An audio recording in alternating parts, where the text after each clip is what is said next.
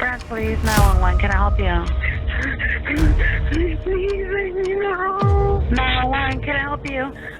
I need help. Shots fired headquarters. He's got an AK-47. Shots being fired right now as we speak. Like a showdown with the old Western days. One is gonna survive, or you can both put your weapons down and walk away. I'm Daisy Martinez. And I'm Derek Garcia. On June 4th, 2014, a love triangle turned into a deadly standoff between two armed men and a woman caught in the middle. As journalists, we keep ourselves out of the story, but as you'll see in RGV True Crime Standoff on Orchid Path, we are caught in the crossfire. On the border with Mexico sits the booming Texas town of Brownsville. Fleeing Mexico's problems, the Reyes family set roots for a better life. Brothers Ivan and Milton have big American dreams, eager to start their new lives. When we came down here, it was like we had to be a team to get by, to get through. Milton always looked up to his older brother Ivan. He was very giving. In 2014, the American dream became a reality. Ivan, a talented mechanic, shifted career gears with a new opportunity as a jailer at the Cameron County Carrizales Rucker Detention Center. The career sparked a new love interest, Monica Robles. I actually knew very little about her. I did know that he was seeing someone. I didn't know much about her at all. Boy meets girl, no big deal at the time. Ivan, a 31-year-old bachelor with ambitions and a steady career, was a total catch. But in the early hours of a hot June day in 2014, no one could have prepared the Reyeses for what was about to come. France Police 911, can I help you? Please, I need help. 911, can I help you? I need help. Who is this? A frantic 911 call for help. Monica Robles, the woman Ivan told his brother about, desperately calling for an ambulance to her home. The ambulance needs to come in. The ambulance needs to come in, please. It was one of those calls that, you hope to never get, and then you just throw in some prayer too, because it was not an easy call. Brownsville 911. Ma'am, I need a police over here.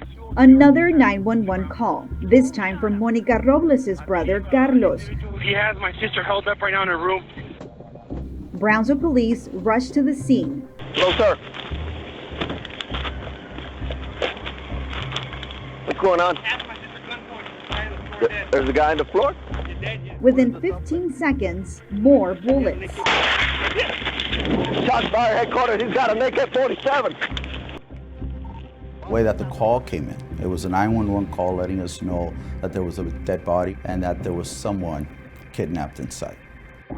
Armed with a high-powered rifle, holding his sister at gunpoint, is her ex-boyfriend Marco Gonzalez. She kicked him out of the home about a week earlier. Gonzalez, also a jailer for Cameron County. SWAT Commander Felix Sauceda is called in. It's time to pick up, we gotta hurry up, and we gotta get to a call. SWAT goes door to door evacuating families. There was a whole neighborhood being held hostage. As the dispatcher presses for answers, Gonzalez grows more impatient as he scolds a helpless Monica. Hold on, Monica, I'm talking. Don't be rude. Have some principles and some values and stuff. I need to make sure that you're not going to hurt the paramedics when they get there. I'm not. I don't want this guy to use. You could just tell. If I wanted to hurt someone, I would have hurt this girl that I'm with. I'm not. Okay. Monica Robles was also making calls from inside the home. She called her ex-husband, Leo Galvan, to say goodbye. Please tell my son that I love him. Marco's gonna kill me.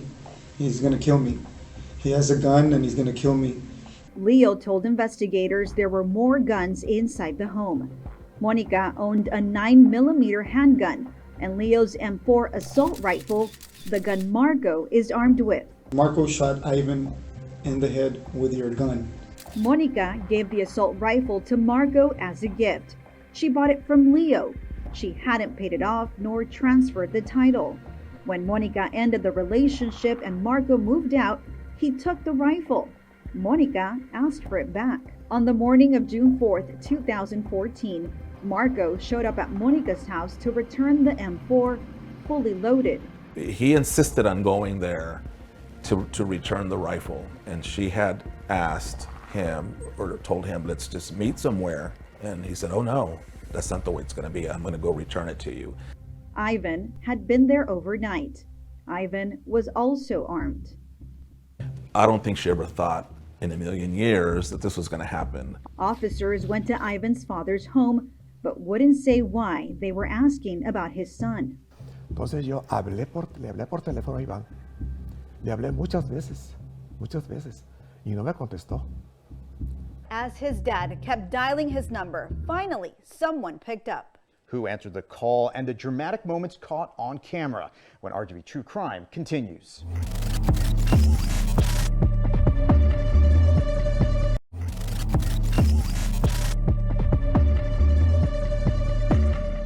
Marco's gonna kill me.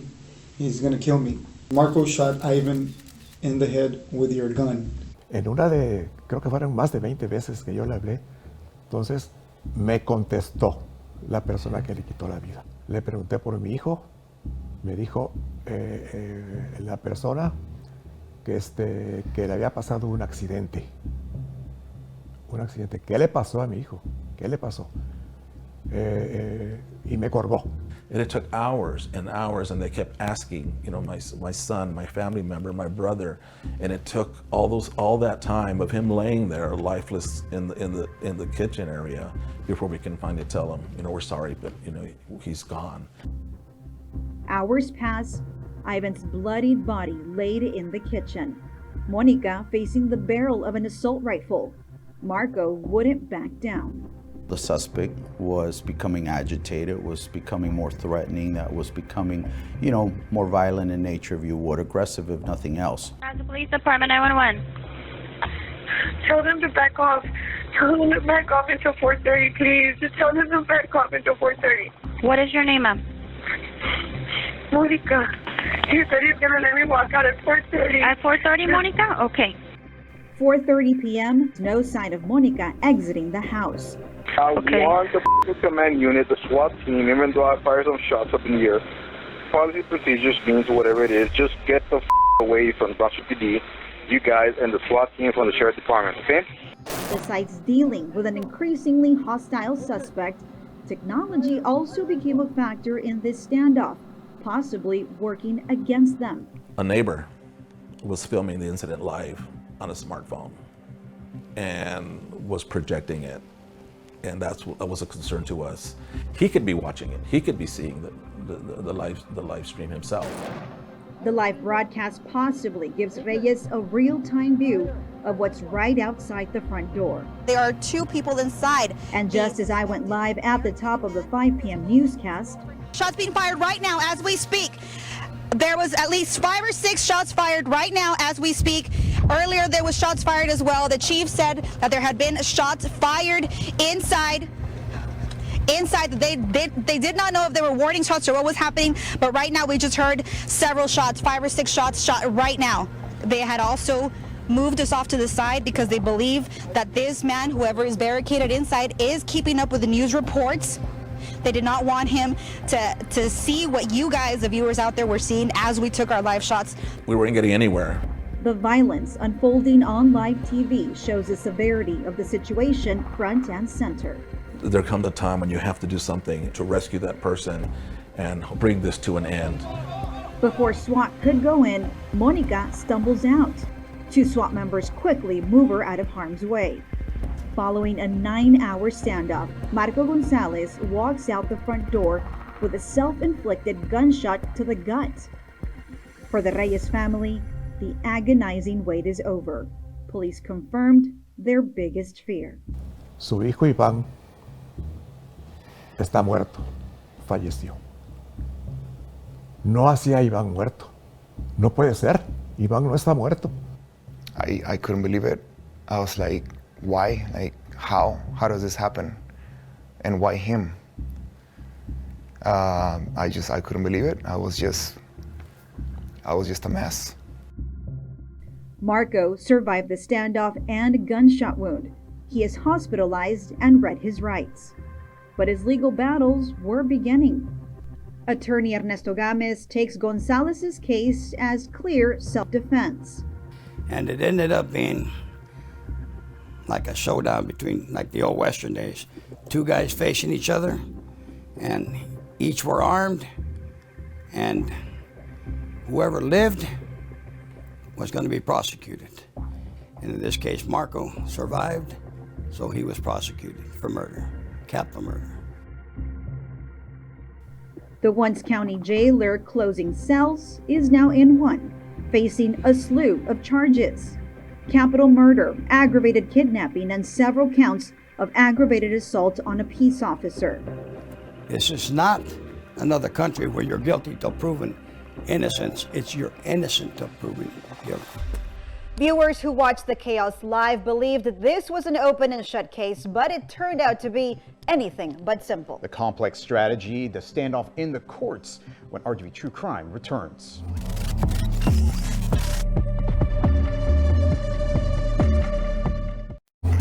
A love triangle ends in bloodshed. Once a jail officer, Marco Gonzalez is now in jail, charged with murdering his ex's new flame, Ivan Reyes, holding her hostage and shooting at police officers in a 9-hour standoff live on TV. Now, Marco sustained a self-inflicted gunshot wound, and Marco says he killed Ivan in self-defense, but attorney Ernesto Gomez is tasked with getting a jury to believe him in separate trials, one for capital murder, another trial for shooting at officers. Jury selection is now complete in Cameron County. The standoff unfolded live, and the trials did too. Evidence showed Marco Gonzalez shot Ivan Reyes once in the chest and once in the head, arguing it was self-defense.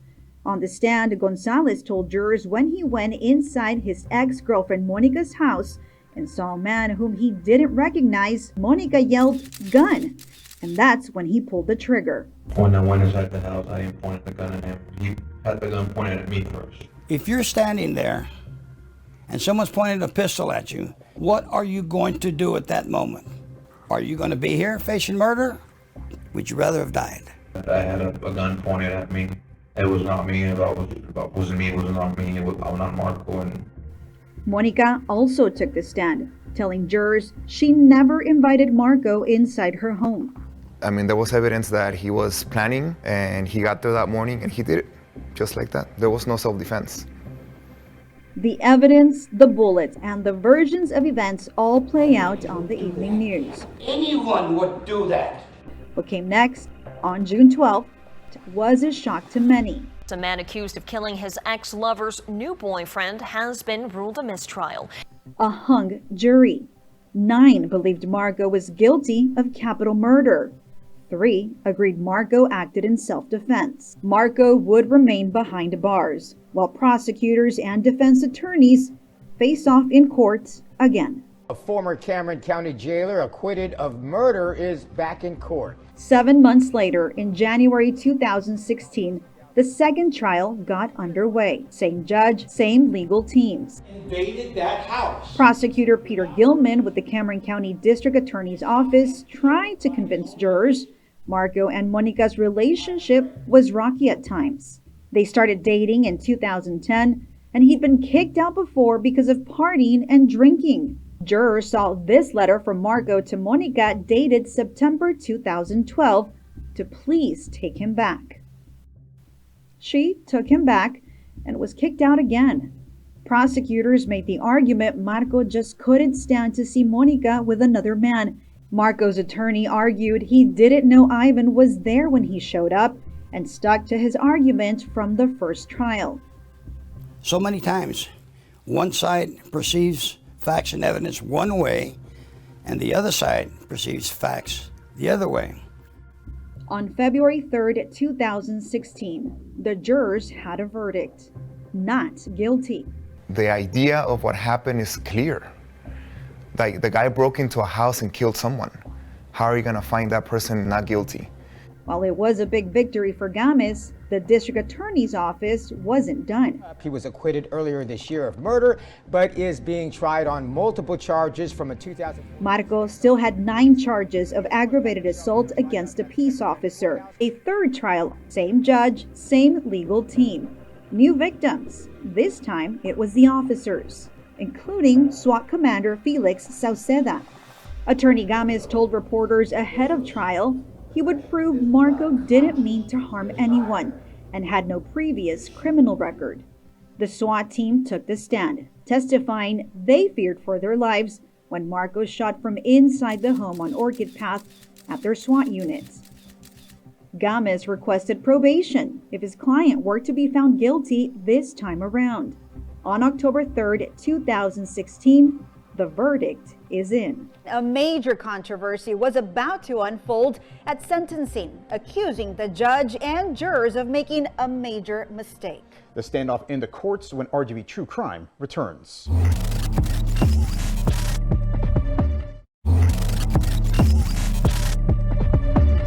Welcome back to RGV True Crime. Marco Gonzalez is acquitted of killing his ex-girlfriend's new love interest, Ivan Reyes, after the jury believed his self-defense argument in a second trial. But what happened next, no one could have anticipated or prepared for. Guilty on all charges. The verdict the district attorney wanted and the family needed. This case is all about is how much time he's going to get. The next day, jurors returned to sentence Gonzalez and set off a firestorm of finger-pointing. First on four, family claims justice was not served in the trial of former jailer Marco Gonzalez after he was given only a 5-year sentence. They say the jury was misled and thought he would be given 5 years for each count. Only 5 years? It's a far cry from the serious prison time the prosecution was working towards. Say tomorrow he can be released would be a joke. And the district attorney, Luis Saenz, was looking for an explanation. They issued a 5-year verdict on each count, thinking in their mind that the judge was going to stack it and he was going to end up with at least 45 years. That was the mistake that they made. A mistake Judge Elia Cornejo Lopez disagrees. We don't know what they were thinking in there, but we know we have to respect them because one thing that they did is they heard the facts. And then we can't make them feel bad about their verdict. In the documents given to jurors, nothing mentioned whether or not charges would run concurrently or consecutively. The Reyes family, district attorney's office, and Monica's attorney all believed something could be done, whether it were appeals, investigations, or even getting the Texas governor involved. I don't know what they think I could have done differently. I've never had someone tell me that they think I could have done something differently. In 2023, she's no longer the judge and speaks freely about the outrage and the claims mistakes or miscommunications were made to jurors. There's no miscommunication. I think what they could have done is make one charge. I think they were going for the guilty, and then the number of years wasn't really considered. They being the district attorney's office and the one charged to potentially have a higher sentence. The judge is off the bench and back to taking cases and has detailed feedback on both sides, particularly on Marco's attorneys calling for separate trials. That was really a brilliant strategy for him because the jury may have convicted him in the first place. And I think the state should have fought that probably a little better. It's better to set a guilty man free than to incarcerate an innocent man. District Attorney Luis Saenz declined to comment or be interviewed for this report. While the outrage for the 5 years was broadcast news, it could be no jail time. The jury sent this note to the judge at 4:27 p.m. They ask, quote, "For the probation section, can he get jail time and probation?" End quote. The judge replies to this note at 4:43 saying, "Answer the question before you, without regard to consequences." At 4:55, the jury responds to the judge, "We have reached our verdict." With credit for time served, a little over 2 years at that time, a 5-year sentence meant that Marco was about halfway done with his sentence. Defense co-counsel Erin Gomez was fresh out of law school when she defended Marco alongside her father. The jury system is the foundation, the bedrock of our democracy. It's the ultimate calling that we can ask upon any of our citizens, and I never want to shed doubt or blame or cast any sort of of accusation to a member of the public. I think ultimately things played out exactly the way they were supposed to play out, and that is the system that we live in.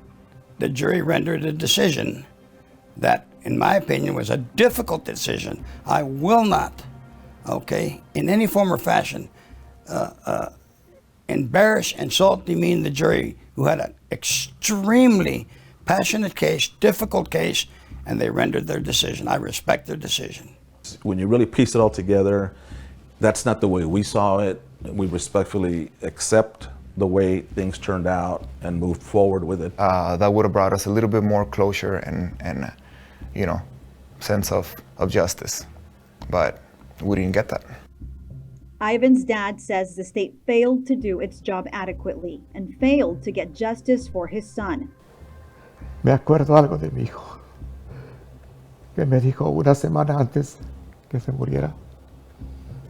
Nos dijo a su papá y a mí, me está yendo muy bien en el taller, ya los voy a ayudar.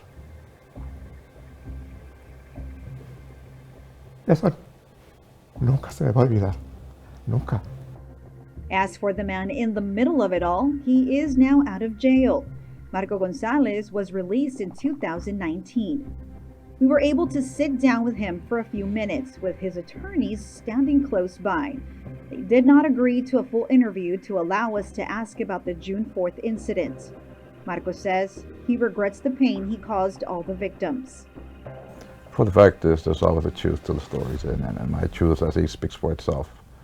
And I was vindicated of the charges that I was accused of, and I went to prison, did my time, and I think it's time for the public to know that I'm a better person. I have remorse towards all the crimes that I committed, and I feel sorry for other victims and my family as well. He tells us prison was no child's play, but he says it was behind bars in the toughest of places that he found his faith. I started to read the Bible.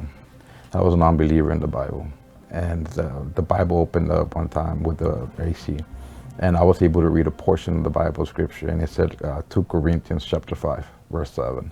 It says, "For I walk by faith and not by sight." And since that day, I've been going by that model. I walk by faith and not by sight. He didn't reveal too much more about his life now, but Marco says he's holding down a job and spends a lot of time with his daughter and family, who stood by him. If you could change things, you said you would have done a lot of things different. Right. I would have. For the Reyes family, whose lives were forever changed, these apologies aren't enough. Ya cambió, pero él lo va a pagar algún día. Él y todos los que le hicieron mal a mi hijo Iván, lo va a pagar algún día con Dios.